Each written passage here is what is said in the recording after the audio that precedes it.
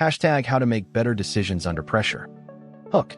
What if the worst moment to make a decision is exactly when you feel most confident making one? Because here's the thing, when the pressure is highest, when the stakes feel massive, when everyone is looking at you for an answer, your brain is actually the least equipped to give you a good one. And most people have no idea this is happening to them. Why this matters? Think about the biggest mistakes you've made in your life. I'd bet most of them happened fast, under stress, with urgency pushing you forward. A job you accepted too quickly, a relationship decision made in the heat of an argument, a financial move you made out of fear. That's not a coincidence. Pressure changes how your brain works. And if you don't have a system, a real, deliberate system, for making decisions when the heat is on, you're going to keep making the same kinds of mistakes over and over again. The good news? This is completely fixable. Not with motivation, not with willpower, with science. Stephen Bartlett has talked about this extensively on The Diary of a CEO, interviewing world-class psychologists, neuroscientists, and decision-making experts. And what comes out of those conversations is a clear picture of why smart people make terrible decisions under pressure, and more importantly, exactly what to do about it. Let's get into it. The science. Study number 1, the stress and cognition connection. Researchers at the University of Pittsburgh found that even mild stress significantly impairs the prefrontal cortex. Now, your prefrontal cortex is the part of your brain responsible for rational thinking, weighing consequences, and long-term planning. It's basically your inner CEO. But here's the problem. When you're stressed, your brain floods with cortisol and norepinephrine, stress hormones, and they literally reduce activity in that part of your brain. So the more pressure you feel, the less access you have to your best thinking. Your brain doesn't go offline completely, but it shifts control to a more primitive system, one built for survival, not strategy, one that reacts instead of responds. This is why people snap in arguments, why leaders make rash calls in a crisis, why you say yes to something you immediately regret. It's not a character flaw, it's biology. Study number 2, decision fatigue. A famous study published in the Proceedings of the National Academy of Sciences looked at over 1,000 judicial decisions made by judges throughout the day. What they found was shocking. At the start of the day, judges approved parole about 65% of the time. By the end of the day, after hours of decisions, that number dropped to nearly zero. The same cases, different outcomes, just because of when they were decided. This is called decision fatigue, and it doesn't just happen to judges. Every decision you make throughout the day depletes a mental resource. And when that resource runs low, your brain starts cutting corners. It defaults to the easiest option, the most familiar option, or sometimes just no option at all, which is itself a decision, often a bad one. The takeaway here is massive. The timing of your decisions matters just as much as the decision itself. Study number 3, the October 10th, 10 Framework and Temporal Distancing. Psychologist Özlem Ayduk at UC Berkeley studied something called temporal distancing. The idea that mentally stepping away from the present moment can dramatically improve your decision-making quality. When you're in the middle of a high-pressure situation, your brain treats it like a threat. Everything feels urgent. Everything feels permanent. But when you force yourself to look at the situation from a distance, from the future, the emotional intensity drops and clarity returns.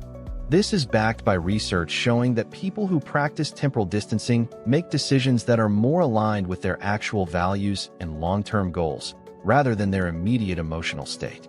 In practical terms, it's the difference between reacting and responding. And there's a very simple way to do this that I'll show you in the protocol. The protocol. Okay, here is the actual system. These are not vague tips.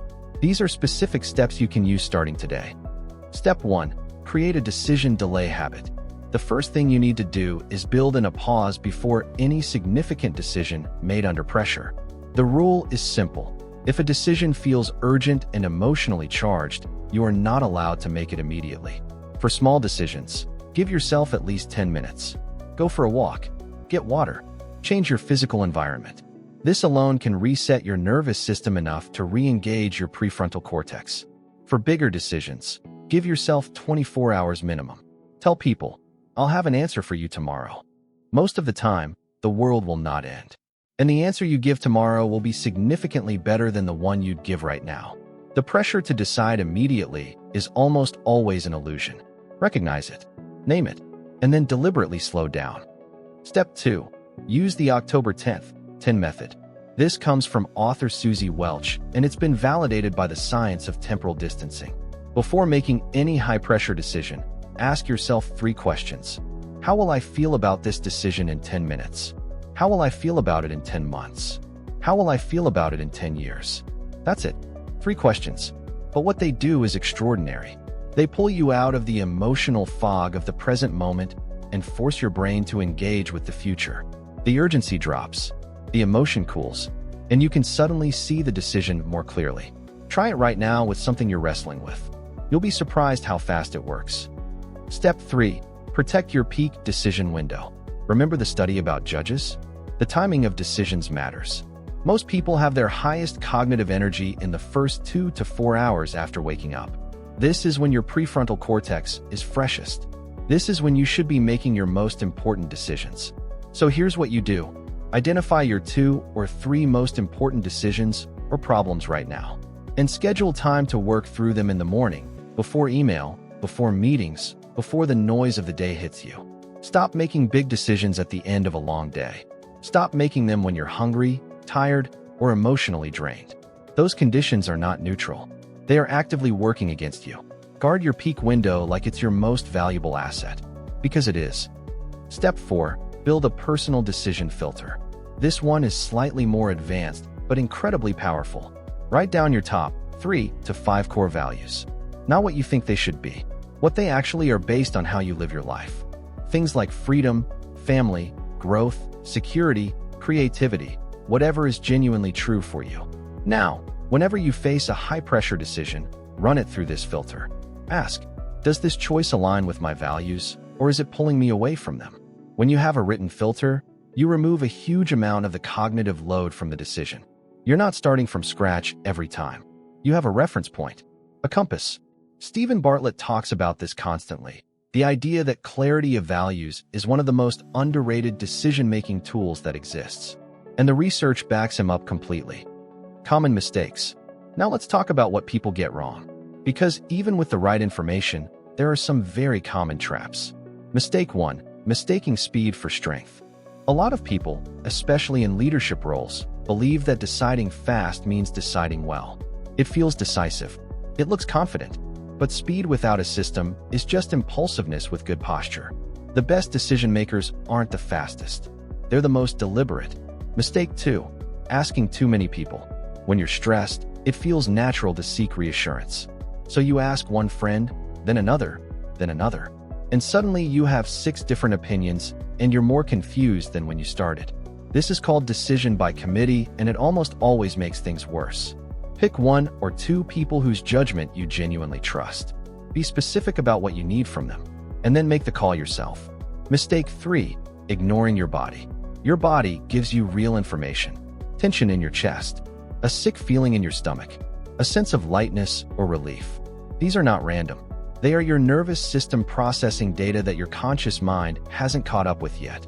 This doesn't mean you should always follow your gut blindly, but it does mean you should factor in what your body is telling you. Don't override it without a reason. Mistake 4. Deciding to avoid discomfort. This is the big one. A lot of pressure-based decisions are actually just attempts to make an uncomfortable feeling go away. You say yes to something because saying no feels awkward. You make a quick call because sitting with uncertainty feels unbearable. But decisions made to escape discomfort are almost never the right decisions. Learn to sit with the discomfort a little longer. The clarity usually comes. Closing. Here's the truth. You are going to face pressure. That's not going to change. Life is full of moments where the stakes are high and the clock is ticking and everyone wants an answer. But the people who consistently make good decisions under pressure aren't smarter than you. They're not luckier. They just have a system. They've trained themselves to pause, to zoom out, to filter, and to protect the conditions that allow their best thinking to happen. And now you have that system too. The delay habit. The October 10th, 10 method. The peak decision window. The personal values filter. Start with just one of these today. Pick the one that speaks to you most and apply it to the very next decision you face that matters. Because one better decision, made consistently, over time, that compounds. That changes careers. That changes relationships. That changes lives. If you're going to try this, comment the word protocol right now. It takes 2 seconds, and it's the first act of commitment to making better decisions starting today. And if you found this useful, share it with someone who's going through a tough decision right now. They need this more than they know. See you in the next one. Remember, small consistent actions compound over time. Comment protocol if you're going to try this today. If this video helped you, like, subscribe, and turn on notifications. See you in the next one.